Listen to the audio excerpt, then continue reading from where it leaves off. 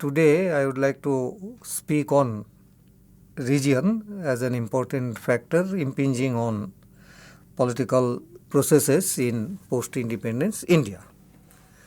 India, as we all know, is a vast landmass consisting of a large number of distinct socio-cultural groups marked by specificities of religion, language, ethnicity, and a host of other socio-cultural factors. As things stand at the moment, India comprises 29 states, 6 union territories, and New Delhi as the national capital territory. Now, during the last 60 years or so, the number of states have gone up from 14 to 29.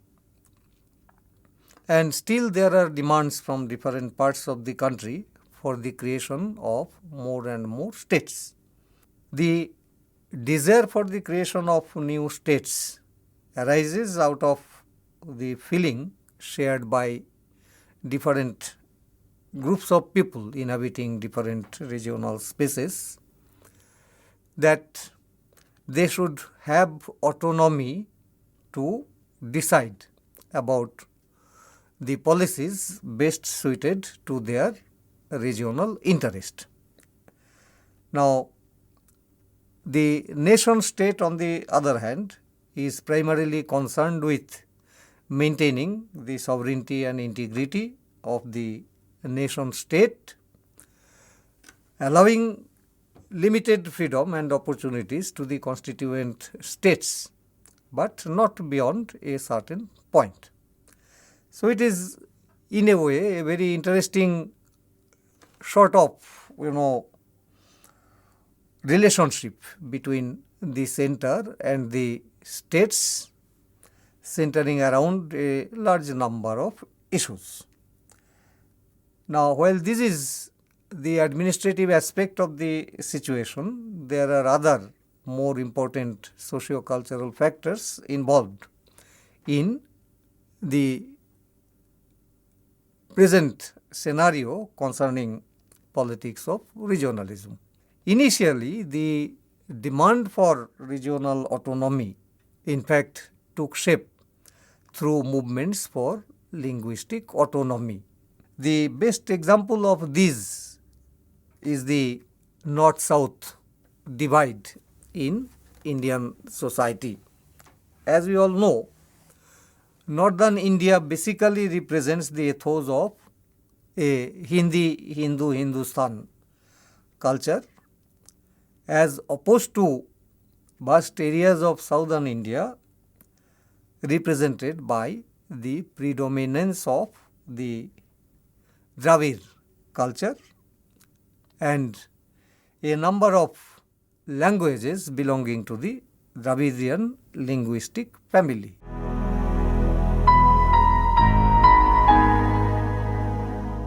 The first significant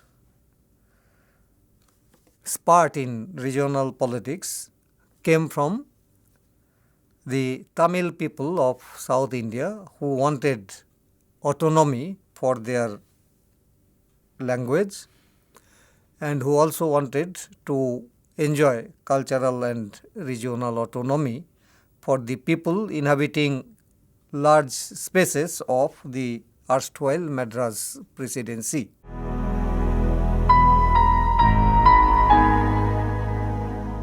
There were political organizations regionally built up by some of the local leaders. One important such leader happened to be Ramaswamy Naikar, who formed a political organization known as the Dravid Kazhagam, which afterwards in fact transformed itself into the Dravid Munnetra Kazhagam and thereafter also into another faction known as the All India Anna Dravid Munnetra Kazhagam. The DMK and the AIADMK between themselves shared the regional ethos of the Tamil people and also the spirit of autonomy for the Tamil language vis-a-vis the domination of Hindi as the language for national communication on an all India basis. The other regions of South India in fact would also join in this common movement directed against the intended predominance of Hindi.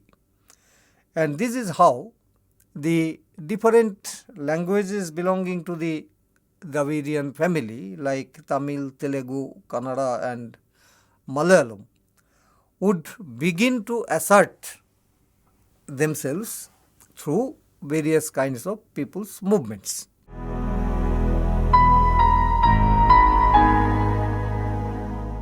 In Andhra Pradesh, the trajectory of the movement for regional autonomy took a different shape altogether. It began in the Telangana region primarily against the political control of the Nizam, who happened to be the ruler in the erstwhile princely state of Hyderabad. Now, the Andhra Mahasabha came up as a cultural organization mostly comprising the Telugu speaking people who demand autonomy both from the clutches of Nizam, and on advent of India's independence they would also continue their demand for regional autonomy in the shape of creation of a new state. The creation of Andhra Pradesh as a new state in southern India in fact took time before it finally took off in 1963 when the state of Andhra Pradesh was created. This was preceded by a protracted movement launched by the people of this region, both against the colonial rulers, against the native Nawab, and finally against the Indian state. The demand for a separate state of Andhra Pradesh was finally considered by the government of India following the recommendations of the States Reorganization Commission and also the decision to this effect taken finally in the year 1963. So, the state that came up at that point of time comprised both the coastal regions of Andhra and also the hill and forest terrains of Telangana. So, that contained in a way the seeds for further troubles in near future, and the demand for a separate state of Telangana as a distinct entity separate from Andhra Pradesh in fact took shape in 2013.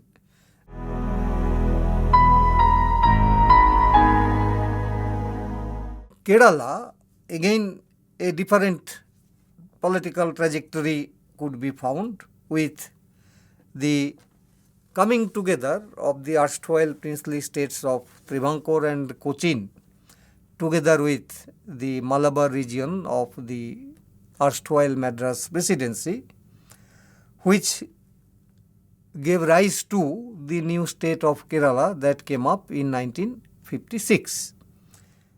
Here again language happened to be the key factor.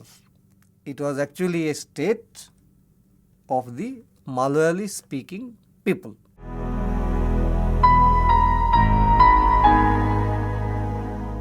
And the princely state of Mysore was converted into the state of Karnataka, again giving expression to the linguistic aspirations of the Kannada speaking people. So, the four distinct languages of Tamil, Telugu, Kannada and Malayalam in fact had their representative political presence through the four states which were created in post-independence India. One distinctive feature of the political developments in South India was that it did not sort of go up to the extent of dividing the nation state or giving rise to a kind of political insurgency that would threaten secession of the southern part of India from the national mainstream.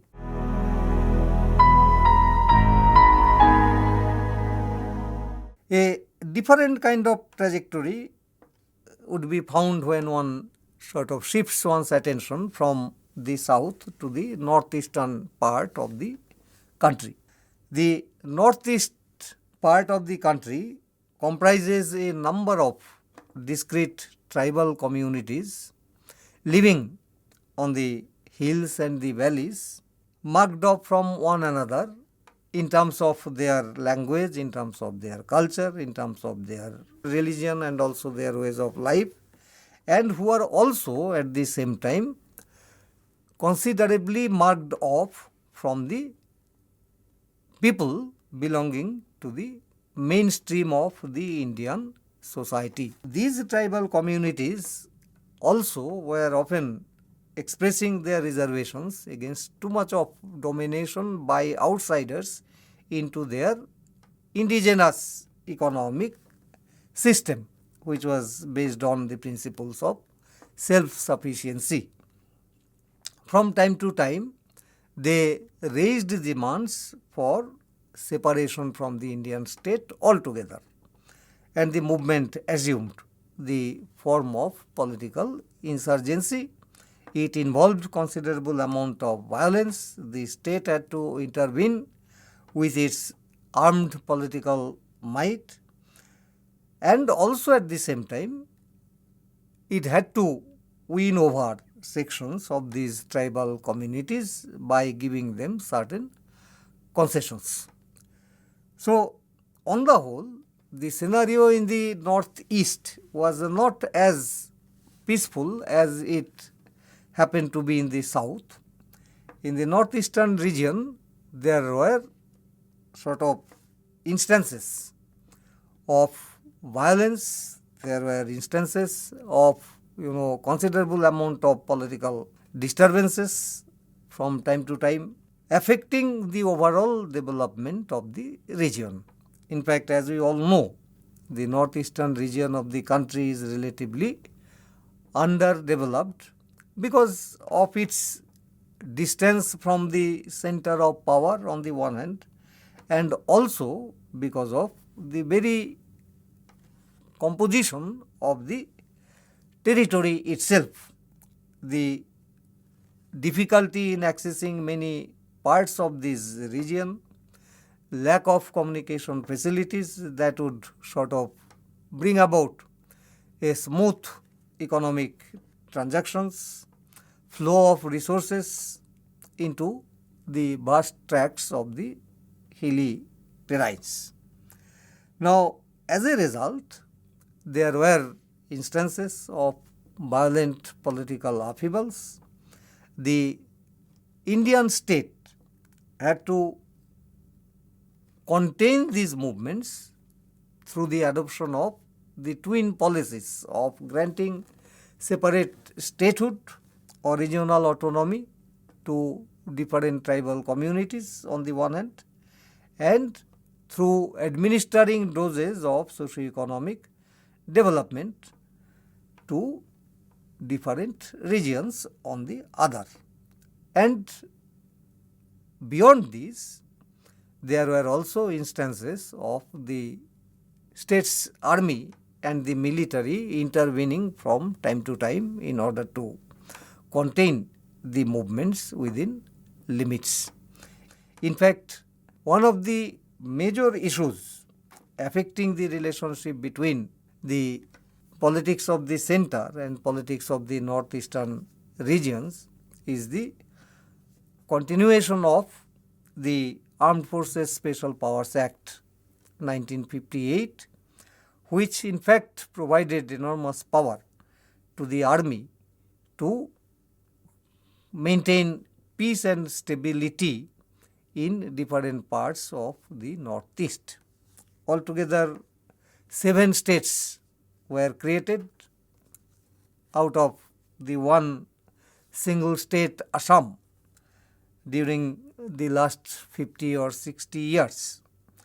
Nagaland, Mizoram, Arunachal Pradesh, Tripura, Meghalaya, Manipur, these were all states created from time to time to cater to the demands of distinct tribal communities inhabiting this space. And of late, the government of India has also contemplated the setting up of a separate department for the development of the northeastern region under the direction of a central minister. So, it is basically a question of ensuring socio-economic development of the vast region, which is in fact in a very difficult geographical terrain, and also simultaneously to integrate the northeastern region to the mainstream of Indian politics.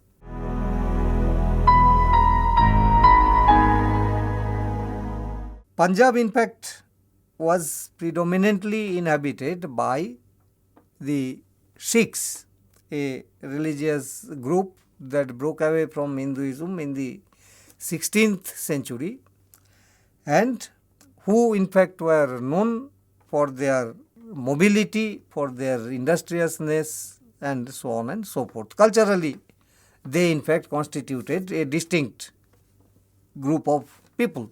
Now, the Sikhs in fact got the benefit of the minority status during the colonial period. Therefore, it was quite natural for the Sikhs to expect a special status for them at the advent of independence. Now, this is a feeling that gave rise to the spirit of separatism amongst a section of the Sikh people in Punjab. And the situation was further complicated by the fact that after partition, there was a huge influx of Sikh population from Pakistan to India, and they had to be accommodated, they had to be rehabilitated within the soil of Punjab and part of Delhi. Now, this created amongst the Sikhs a feeling of being neglected, of being laid down in post-independence India. Now, this was viewed in two different ways. One view was for a restructuring of center-state relations in true spirit of cooperative federalism. There were some amongst the Sikh leaders in Punjab who demanded separate statehood not as a mark of separatism, but who wanted separate statehood in order to enjoy political and economic autonomy within the overall parameters of the Indian federal system. Now, this was not very readily conceded to by the power that be at the center. India, as we all know, in fact, was marked by an over-centralizing tendency as far as distribution of powers and resources were concerned. And the government at the center, in fact, would not very readily respond to a demand for restructuring of center-state relations. So, the secular demand for a more equitable share of the country's resources between the center and the states would often go unheeded, unattended, and this would create some sort of a backlash for a separatist tendency to grow. Now, this is how the Akalis in Punjab, who happen to control politics and culture in Punjab, were divided between the moderates and the extremists. The moderates, in fact, would like to follow the norms of democratic politics, demand some changes in the existing relationship between the center and the states, demand more and more resources for the development of the region. In 1966, they got the state of Punjab as a separate state marked off from Haryana and Himachal Pradesh, where the Hindus mostly settled. But the Sikhs in Punjab, in fact, were not supposed to claim their homeland as a land for the Sikhs. It was considered to be the land for these people speaking a different language, that is Gurmukhi and not Hindi. It is through the linguistic idiom that the demand for autonomy of Punjab could be cleansed by the Akalis, who in fact fought right from the time of independence for creation of a separate state. In other words, there would be a demand for a separate nation state altogether comprising the people of Punjab. So there were two distinct, tendencies in the movement launched by the Akalis. One was the movement for changes in the existing distribution of resources between the center and the states, which was very much a secular demand raised from within the federal setup of the country without challenging or questioning it. The other was a demand for separation, a demand for secession. Now, the party or parties ruling at the center took a very interesting position.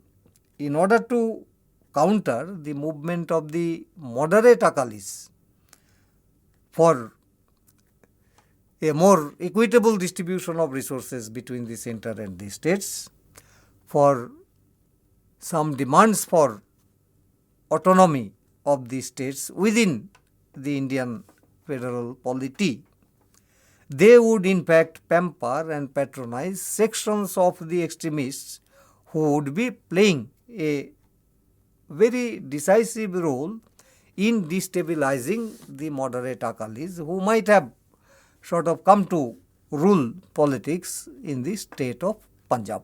Now, from 1967 onwards, this pattern prevailed in Punjab. Whenever the Congress found its authority challenged in that particular region, the Congress in fact would try to look for some factions or allies who would be destabilizing the Akalis in the state and try to sort of help indirectly a Congress regime to be installed in place of the Akali Dal.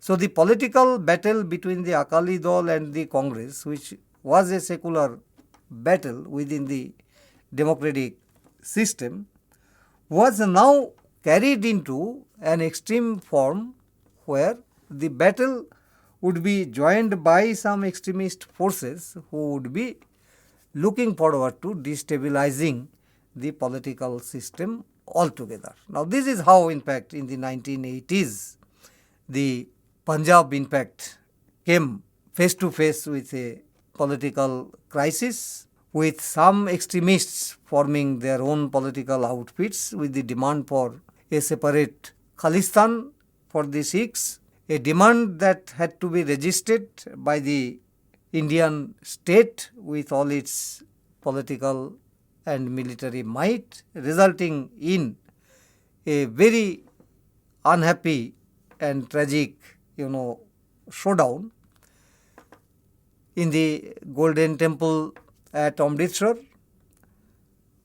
resulting in a permanent sort of, breach in the relationship between the Hindus and the Sikhs.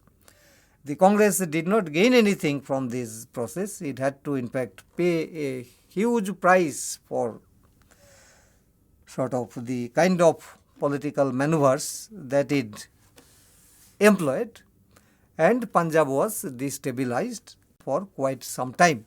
the situation could be salvaged to some extent only after sanity began to prevail and some sort of patchwork could be made.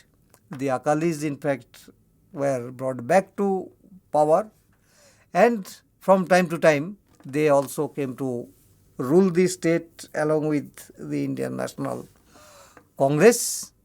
And now it is very interesting to see that in Punjab the Akalis have entered into an alliance with the Bharatiya Janata Party, known for its sort of leanings towards Hindutva, but the alliance has somehow managed to retain peace and stability in Punjab. Although earlier also the people of Punjab were happily placed under the rule of a Sikh Prime Minister who was there ruling the nation for long 10 years. So these three instances of regional politics in South India, in northeastern region of the country and also in Punjab provide interesting ways of the articulation of regional demands and also the complex ways in which such demands are handled by the Indian state ruling from the center. We will have occasions afterwards to look into some other manifestations of regional politics in Jammu and Kashmir and also in the Jharkhand region, to which we would come back later.